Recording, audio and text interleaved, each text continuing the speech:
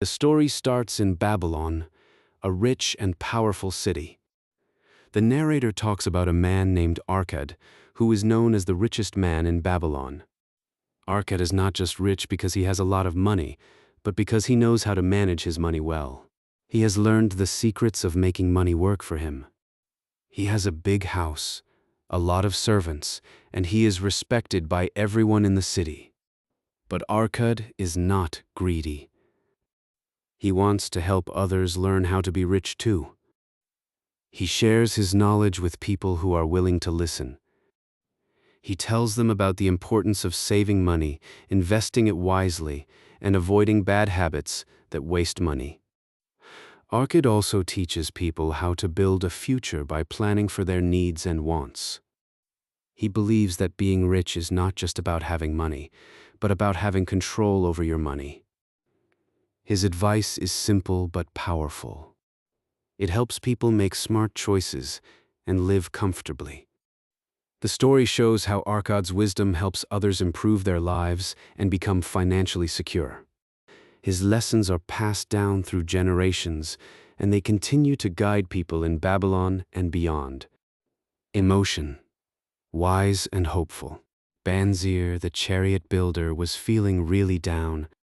He sat on his wall, looking at his unfinished chariot and his empty house. His wife kept reminding him they needed money, but he didn't want to work. He just wanted to be rich like the people in the city. He told his friend Kobe about his dream where he had a full purse and could do whatever he wanted. When he woke up, he realized he had nothing. He felt sad and frustrated because he worked hard but never had enough. Kobe asked why he didn't just finish his chariot and earn money, but Banzir didn't know how. He started to wonder if there was a way to get rich, like the people who had gold and fine things. He remembered Arkad, the richest man in Babylon, and thought maybe Arkad knew the secret to getting money. He and Kobe decided to go see Arkad and ask for advice. They wanted to learn how to make money flow into their lives, not just work for it. They hoped to find a way to be rich, like the people who lived in the city. Banzir and Kobe finally reached Arkad, the richest man in Babylon. They were excited and nervous, hoping Arkad would tell them how to get rich. Arkad welcomed them and listened as they explained their struggles. He said that many people thought wealth came from luck, but he believed it came from knowing how to save and invest. He told them that if you don't save a part of your money, you'll never get rich. He explained that even a little saved over time could grow into a lot. He gave them a simple rule: save at least 1/10 of everything you earn. He said that money that is saved can earn more money, and that's how wealth grows. Banzir listened carefully. He realized he had been spending all his money without saving. He decided to start saving 1/10 of his earnings right away. At first it was hard, but he kept going. He didn't spend his savings on fancy things, and he trusted people who knew how to make money. Over time, his savings grew, and he felt more in control of his life.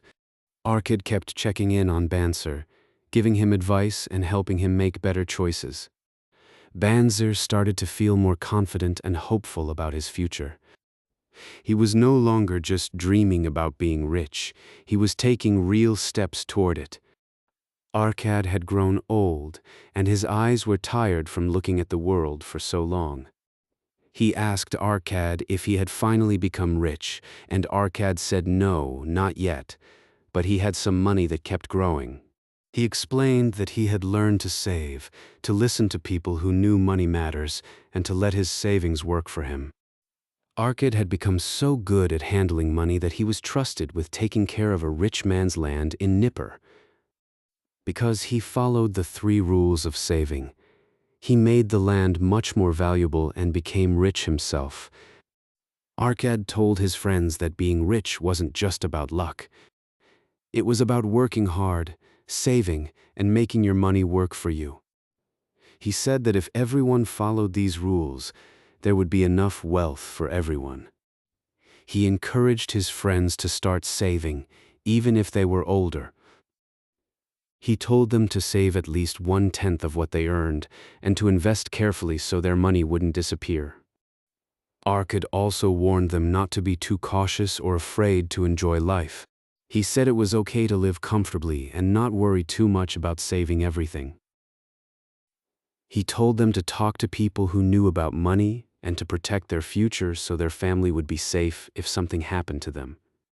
His friends left with new ideas, some still confused, some upset, but others inspired. They realized that Arkad had helped them find a way out of darkness and into light. They promised to keep learning and to follow the rules that had made Arkad rich.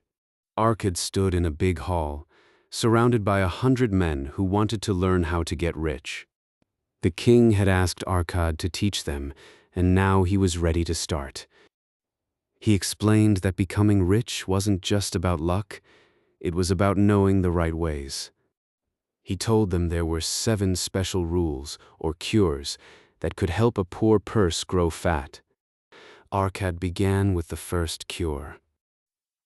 He asked the men how they made their money. Some were scribes, others butchers, and more had different jobs. He told them that each job brings in money, like a stream, and if you take only 9 parts out of 10, your purse will start to fill up. He used the example of an egg merchant who puts 10 eggs in and takes out 9 each day. The purse gets full because he keeps some money each time. He told the men to try this themselves. For every 10 coins they earn, they should use 9 and save 1. He said this was the first step to getting rich. He also warned them not to let their desires take all their money. If they spend too much on things they want, their purse will stay empty. One man argued that a budget felt like a chain. Arkad explained that a budget is like a light in a dark cave. It shows where money is going and helps you keep it safe. He said the goal was to save enough to build a real fortune, not just to enjoy things right away. Arkad moved on to the second cure. He told the men to plan their money carefully. They should spend only 9 parts of what they earn and save 1. This way their purse would grow. He said that if you spend too much, you'll never get rich. But if you control your money and save a little, you'll start to build something real. Then came the third cure. Arkad explained that just saving money isn't enough. You need to make your money work for you. He told the story of a man named Agar, who borrowed money to buy bronze for his shields. Arkad lent him money and got back more than he gave. The money started to grow because it was working for him. Arkad told the men that wealth isn't just about having coins in your purse. It's about having a steady income that keeps coming in. He said that if you let your money sit idle, it won't grow. But if you use it wisely, it can multiply, like a farmer's silver growing into many pieces over time. He shared a story about a farmer who saved 10 pieces of silver for his son.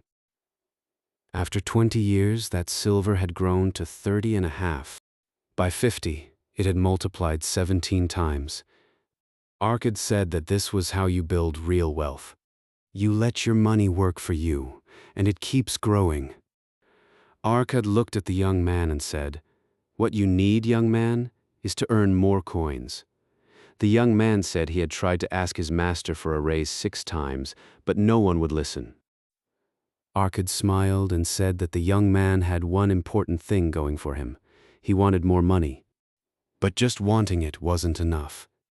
He had to want it really badly, like he wanted 5 pieces of gold. Then, once he got that, he could want 10, then 20, and so on. That's how you get rich. Arkad told his own story. He used to be a scribe, making only a few coppers a day. But he wanted to make more. So he worked harder, learned more, and soon he was making more money than others. He said that if you keep learning and improving, you'll earn more. You can talk to others in your trade, learn their secrets, and get better at what you do. Arkad also said that to be rich, you need to take care of your family, pay your debts, and help others. That's how you become a real man. He told them that Babylon has plenty of gold, and if they followed these 7 cures, they could all become wealthy. Arkad looked at the young man and said, "What you need, young man, is to earn more coins." The young man said he had tried to ask his master for a raise 6 times, but no one would listen. Arkad smiled and said that the young man had one important thing going for him. He wanted more money. But just wanting it wasn't enough. He had to want it really badly, like he wanted 5 pieces of gold. Then, once he got that, he could want 10, then 20, and so on. That's how you get rich. Arkad told his own story. He used to be a scribe, making only a few coppers a day. But he wanted to make more. So he worked harder, learned more, and soon he was making more money than others. He said that if you keep learning and improving, you'll earn more. You can talk to others in your trade, learn their secrets, and get better at what you do. Arkad also said that to be rich, you need to take care of your family, pay your debts, and help others. That's how you become a real man. He told them that Babylon has plenty of gold, and if they followed these 7 cures, they could all become wealthy. Meet the goddess of good luck. If a man be lucky, there is no foretelling the possible extent of his good fortune. Pitch him into the Euphrates, and like as not he will swim out with a pearl in his hand, a Babylonian proverb. The desire to be lucky is universal. It was just as strong in the hearts of men 4,000 years ago in ancient Babylon as it is today. We all hope to be favored by the whimsical goddess of good luck. Is there some way we can meet her and attract not only her attention but her generous favors? Is there a way to attract good luck? That is exactly what the men of ancient Babylon wished to know. They were shrewd men and keen thinkers. That explains why their city became the richest and most powerful city of their time. In that distant past, they had no schools or colleges. Nevertheless, they had a center of learning, and a very practical one it was. Among the towered buildings in Babylon was one that ranked in importance with the palace of the king, the hanging gardens, and the temples of the gods. This building was the temple of learning, where the wisdom of the past was expounded by voluntary teachers, and where subjects of popular interest were discussed in open forums. Within its walls, all men met as equals. The humblest of slaves could dispute with impunity the opinions of a prince of the royal house. Among the many who frequented the temple of learning was a wise rich man named Arkad, called the richest man in Babylon. He had his own special hall where almost any evening a large group of men, some old, some very young, but mostly middle-aged, gathered to discuss and argue interesting subjects. Suppose we listen in to see whether they knew how to attract good luck. The sun had just set like a great red ball of fire shining through the haze of desert dust when Arkad strolled to his accustomed platform. Already full 80 men were awaiting his arrival, reclining on their small rugs spread upon the floor. More were still arriving. "What shall we discuss this night?" Arkad inquired. After a brief hesitation, a tall cloth weaver addressed him, arising as was the custom. "I have a subject I would like to hear discussed, yet hesitate to offer lest it seem ridiculous to you, Arkad, and my good friends here. Meet the goddess of good luck." Upon being urged to offer it, both by Arkad and by calls from the others, he continued, "This." The cloth weaver told his story about a young man who didn't listen to his father's advice. The father said he should save 1/10 of his earnings and invest it. The young man said he'd do it later, but then he kept delaying. He bought fancy clothes and other things instead. When he finally decided to start saving, it was too late. The investment he missed out on turned out to be very profitable. The young man regretted not acting sooner. A man from the desert said that good luck waits for those who act. He said that starting small, like buying a calf with a little silver, can lead to big wealth. He called the young man a procrastinator, someone who waits too long and lets good luck pass him by. A Syrian man agreed, saying that people who delay miss out on chances. He asked the merchant if he still listens to procrastination. The merchant said he used to, but now he fights it like an enemy. He said that once you understand procrastination, you can beat it. Arkad asked if the merchant listens to procrastination now. The merchant said no, because he knows it's the enemy of success. Arkad agreed, saying that success comes to those who act, not those who wait. Old Kalabab asked the group which they would choose, a bag full of gold or a clay tablet with wise words. Everyone said gold. Kalabab smiled and told them a story about wild dogs who howl when they're hungry, but when fed, they just fight and don't think about tomorrow. He said people are like that too. They ignore wisdom and waste gold, then cry when they have nothing left. Kalabab then told the tale of Arkad, the richest man in Babylon. Arkad's father gave him a bag of gold and a clay tablet with 5 laws of gold. Arkad used the gold badly at first. He lost it all in bad bets and foolish deals. He even lost his horse and his slave. He ended up poor and struggling, but he remembered the wisdom from the clay tablet. He learned that he should have listened to the wisdom first, not just chased gold. He studied the 5 laws and decided to follow them. He waited for good luck and acted wisely when it came. He finally became rich and respected. Arkad told his father he had messed up with gold and lost everything. He had followed bad advice and spent without saving. But he remembered the clay tablet and the 5 laws his father gave him. He started saving a little each time he earned money, even though it was hard. He kept it safe and didn't waste it. Then he got a chance to work on a big project for the city. He used his savings to help a group of men buy metal for the king's gates. They made a lot of money from the deal.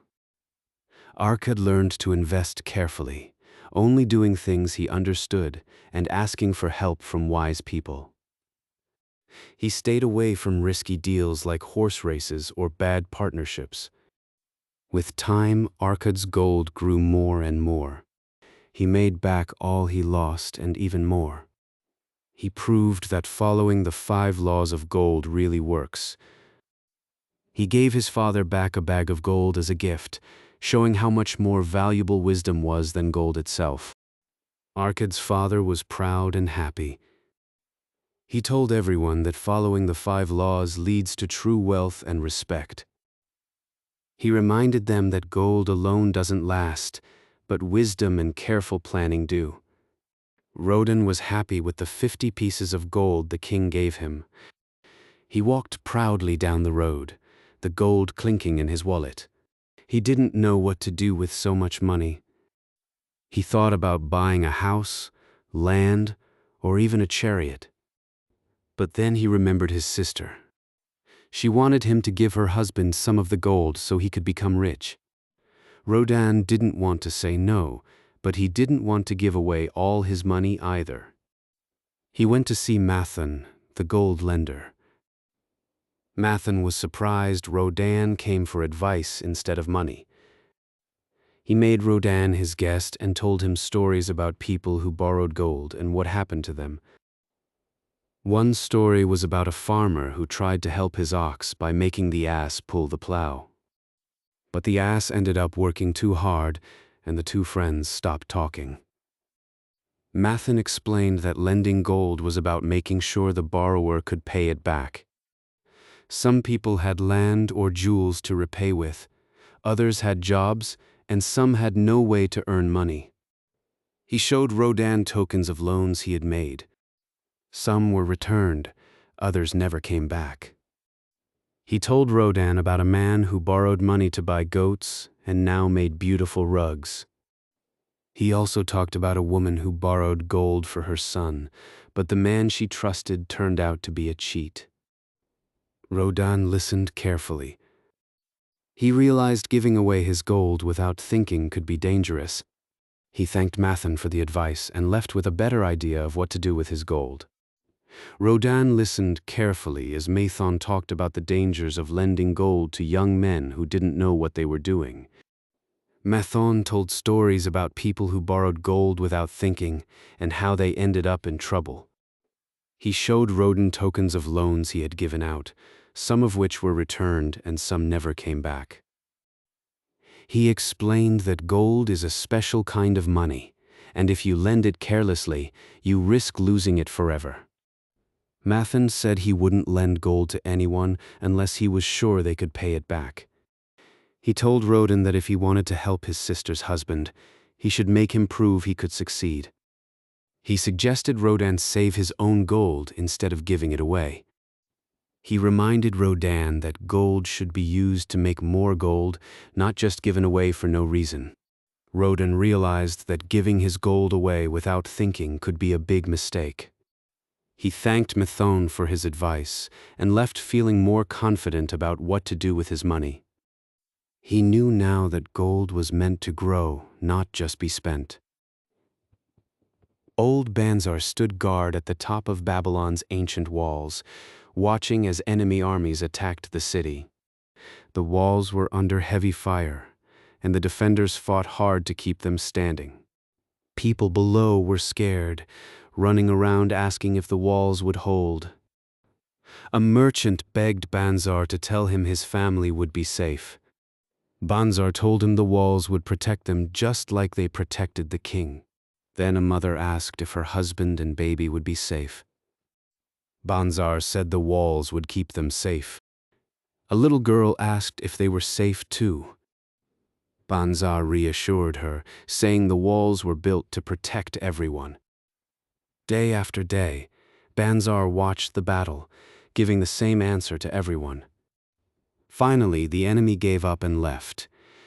The people cheered, happy that Babylon had survived. The walls had saved the city again. The story shows that protection is important and that people need to be safe, no matter what happens. Tarkad was starving, having only eaten 2 figs in 2 days. He had stolen them from a garden and run before the woman caught him. Now he was walking through the market, looking at all the food but not being able to take any. He felt weak and useless. He needed a copper coin to buy something to eat, but he didn't have any. He was afraid to go to the inn because he knew the keeper didn't like him. He was just about to walk away when he saw Dabasir, the camel trader, who had borrowed money from him before and never paid. Dabasir was loud and rude, but he also offered Tarkad a place to eat. Tarkad was nervous but hungry, so he followed Dabasir into the eating house.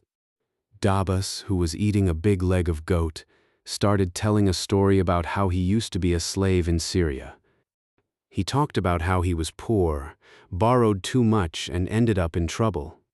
He told how he was sold into slavery and how he had to prove he was a free man by escaping.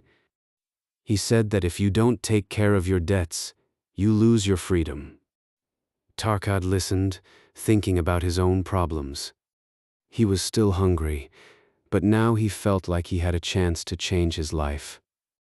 Tarkad listened carefully as Dabasir told his story. The trader had run away from Babylon because he owed money and didn't want to be a slave anymore.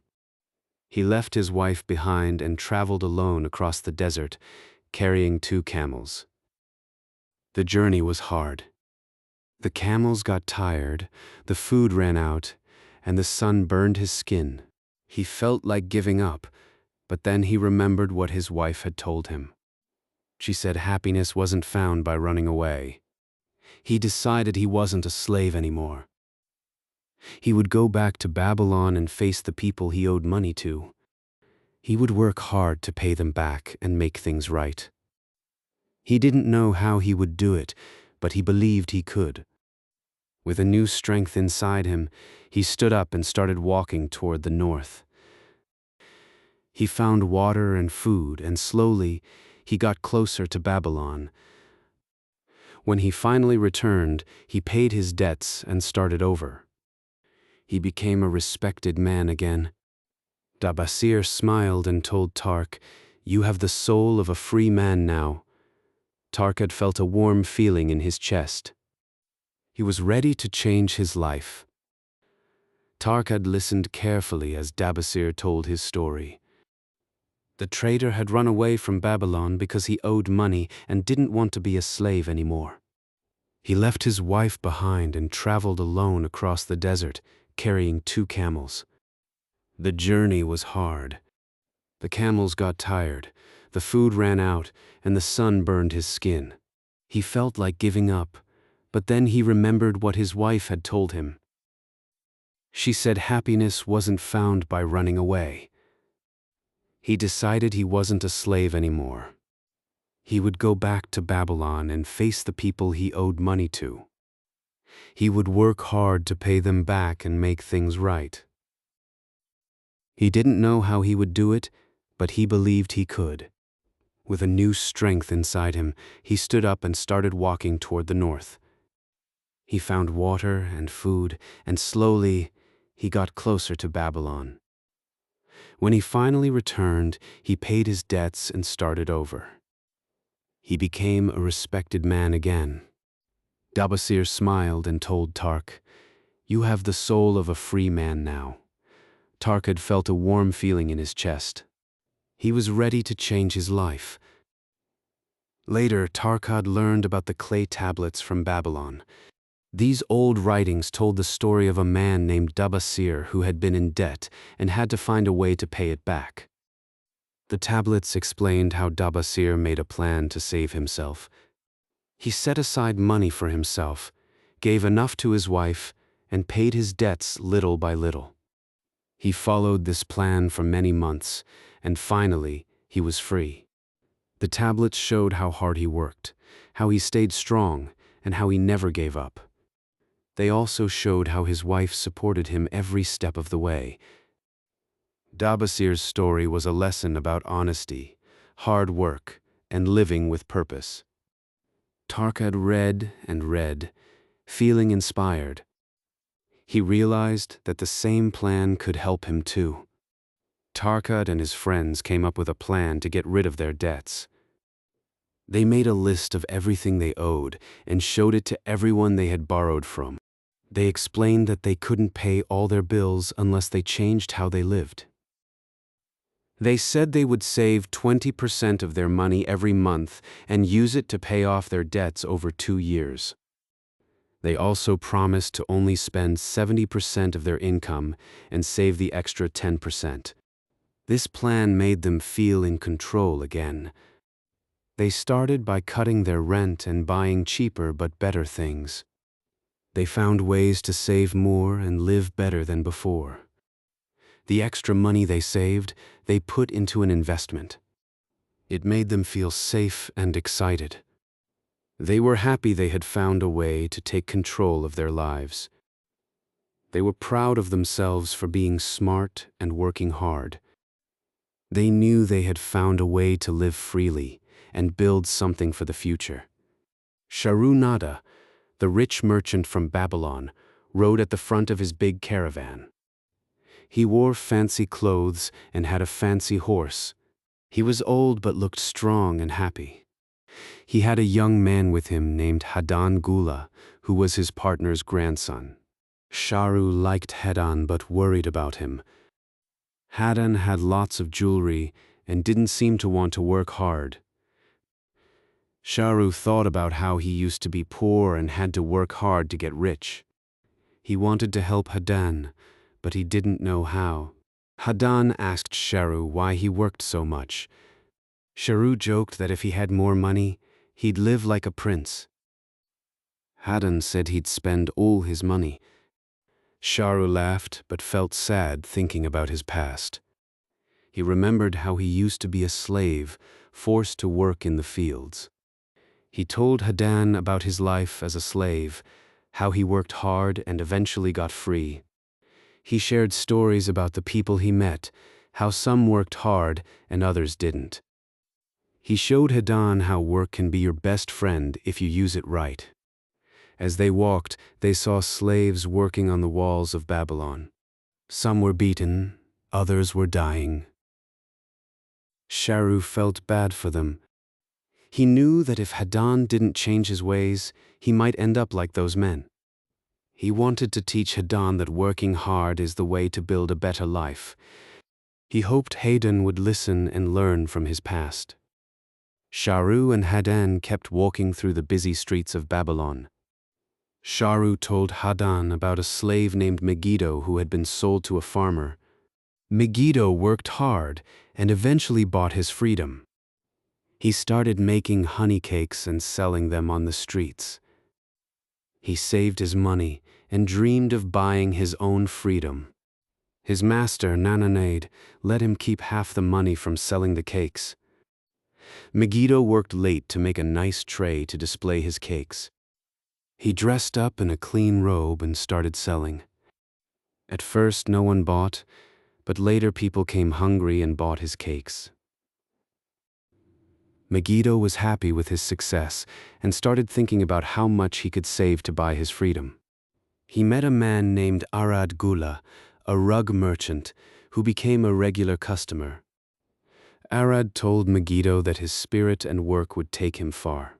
One day Arad told Megiddo he was also a slave, but he had become a free man in Damascus by working hard. He had saved enough to buy his freedom and now lived a good life. This made Megiddo think about his own future. He also met a man named Zabado, who was a slave working on the walls of Babylon. Zabado was sick and beaten, but he still wanted to eat. Megiddo gave him a cake. He also saw a slave being flogged to death. The king watched and laughed. Megiddo was shocked and sad. He realized that the king was cruel. He saw the slave's body hanging on a pole and recognized the man as pirate. Later, Arad Gula came back and told Megiddo he was now free. He thanked Megiddo for helping him. Megiddo was happy to see his words had helped.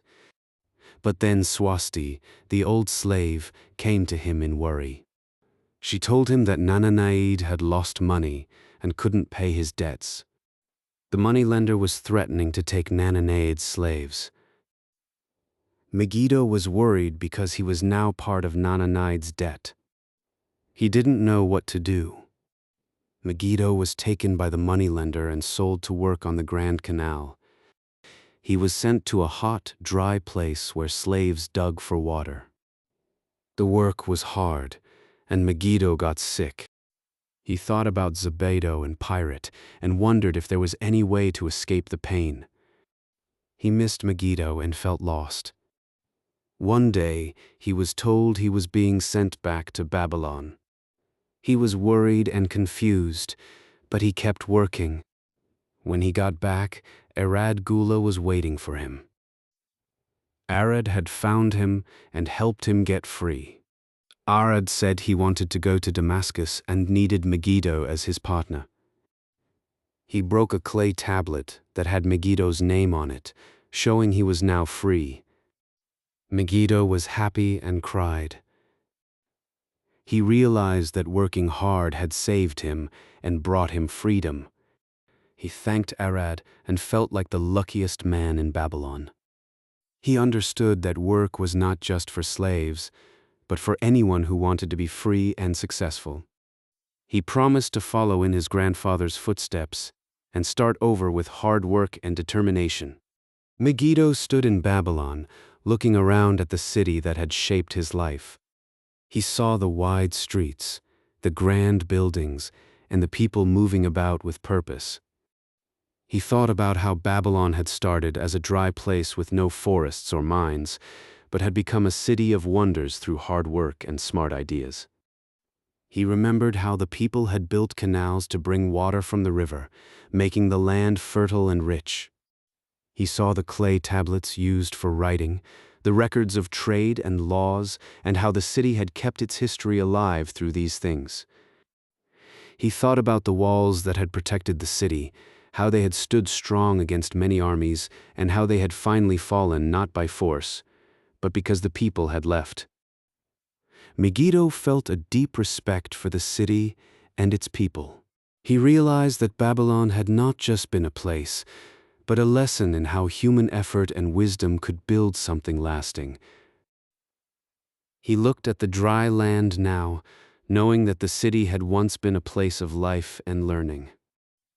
He felt a sense of pride and wonder, knowing he had been part of a story that had lasted for thousands of years. Megiddo looked around at Babylon one last time. He felt a deep sense of pride for everything the city had achieved. He thought about how the people had worked hard, made smart choices, and built something amazing from nothing. He saw how they had used water to grow crops, written down their stories and laws, and protected their home with strong walls.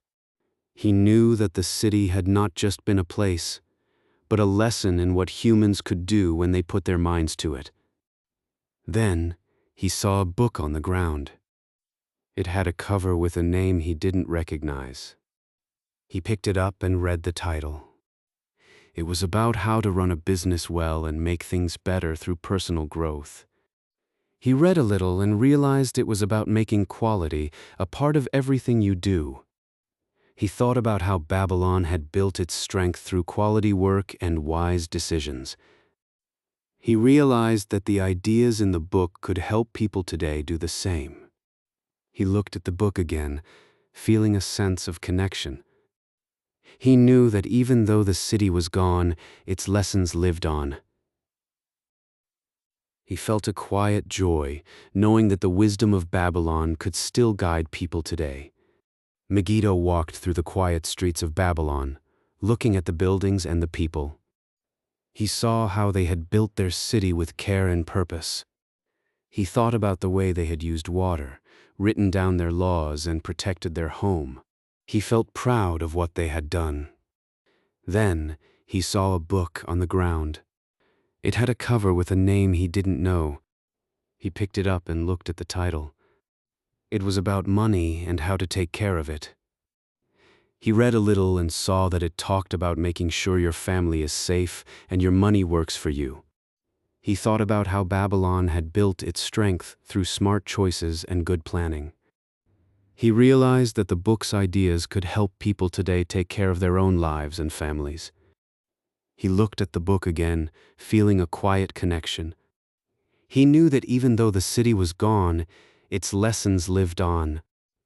He felt a sense of peace knowing that the wisdom of Babylon could still guide people today. Megiddo walked through the quiet streets of Babylon, looking at the buildings and the people.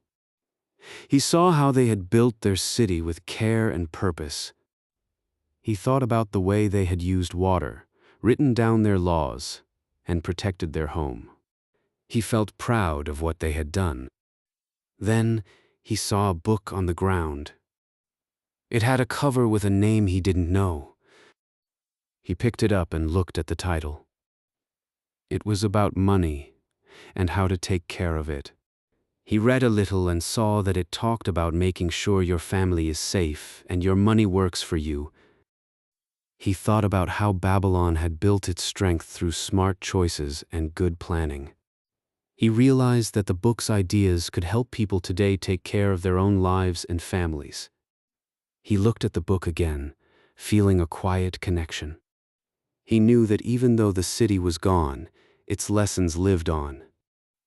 He felt a sense of peace knowing that the wisdom of Babylon could still guide people today.